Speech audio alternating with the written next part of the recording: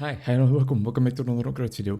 It almost feels weird to record a part in this series just in my room behind my desk again, but I'm just making do with the opportunities I have right now. Recording downstairs is not really an option at this point in time. I digress. At least the audio is gonna be better now normally again. Don't mind the clothes drying, don't mind the books laying everywhere, don't mind the clothes hanging up there. Tip 19, still in this whole pondering over the here and now, in this whole phase of looking at the here and now in therapy. Tip 19, the here and now energizes therapy. In his book, my homie Yalom talks a lot about group therapy in this chapter.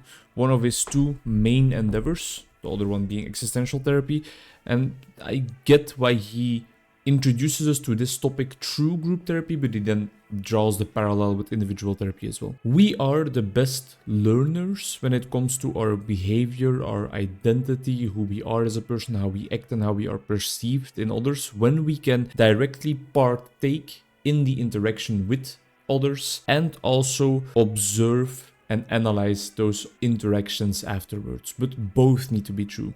You can't just talk about it, you need to be in it to really learn. That's exactly what the here and now focus in therapy entails. That duality between experiencing it right here, right now, being present in the moment in the relationship between you and your therapist or you and your client, depending on you and your fellow traveler, that kind of covers the whole load. That's exactly what Kurt Lewin discovered when he was giving group therapies. They had this tendency of having these after-hour conversations about the group, not only about the contents, but also about the process, about the dynamics between the group members, about their relationship and interactions and interactive styles. The group members were like, wait, we want to be there.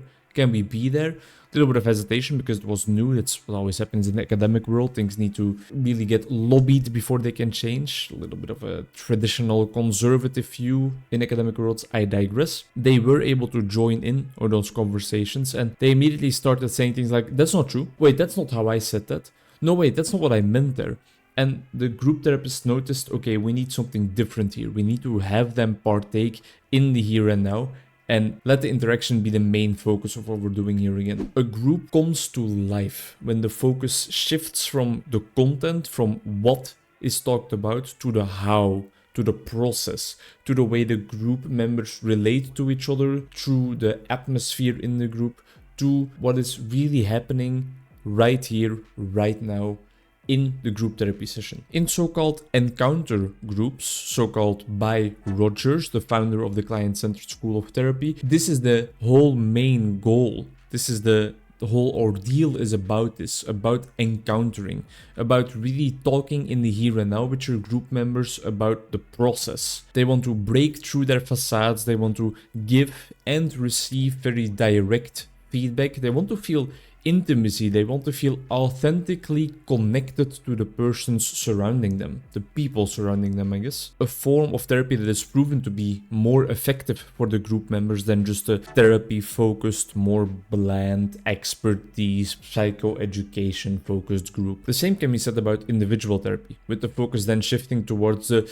therapeutic relationship between the two travelers. It's not about group dynamics anymore there, of course, but the main premise still applies, that the therapy is often more effective when the process can be the priority over just the contents, over your expertise, over stories and theories. No, really meeting each other in the here and now in the therapy room and forming that authentic, strong relationship that is wholly accepting towards the other person, a true I-thou relationship in both ways, according to Buber's teachings. A beautiful piece of evidence of the benefits of such a therapeutic endeavor can be found in the book, or maybe my video about the book, another book by Yalom. It's called Every Day Gets a Little Closer. It's called In Therapie in Dutch. I think it has the second title, A Twice Told Therapy in English, which is beautiful. It's a book about Yalom and his client Ginny writing session reports about every session, and reports and their interactions after reading the reports from each other are focused so much on their interactions, on their relationship, on the process rather than the content. And it's really a valuable insight into what this can mean for both client and therapist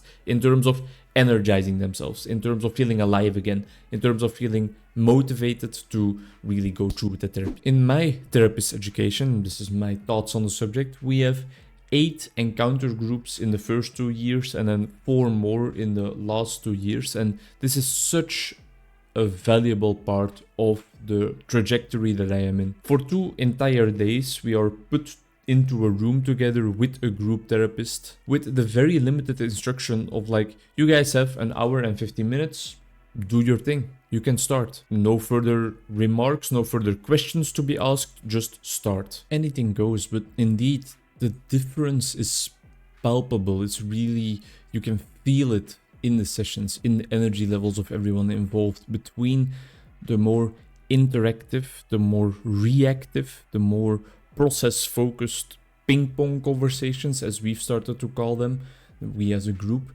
versus like the more theoretical, talking about things, one person talking about a subject and all the other ones listening.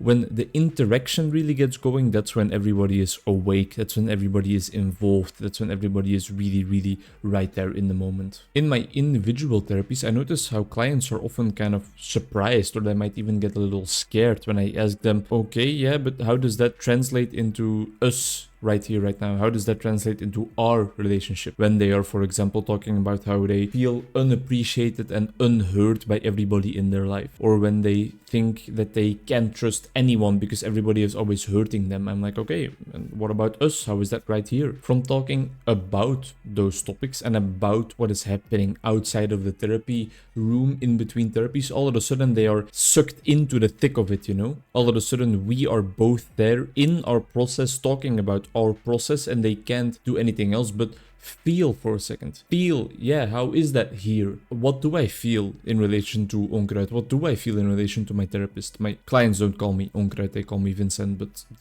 it wakes them up and it renews their energy in the session until they drift off and start talking about something more cognitive, logical again, and I have to draw them back into their flow of experiencing. That's a whole nother topic. I think that's what Yalom's talking about how the here and now can energize the therapy. Thanks for watching. Hope to see you in the next one. Bye bye.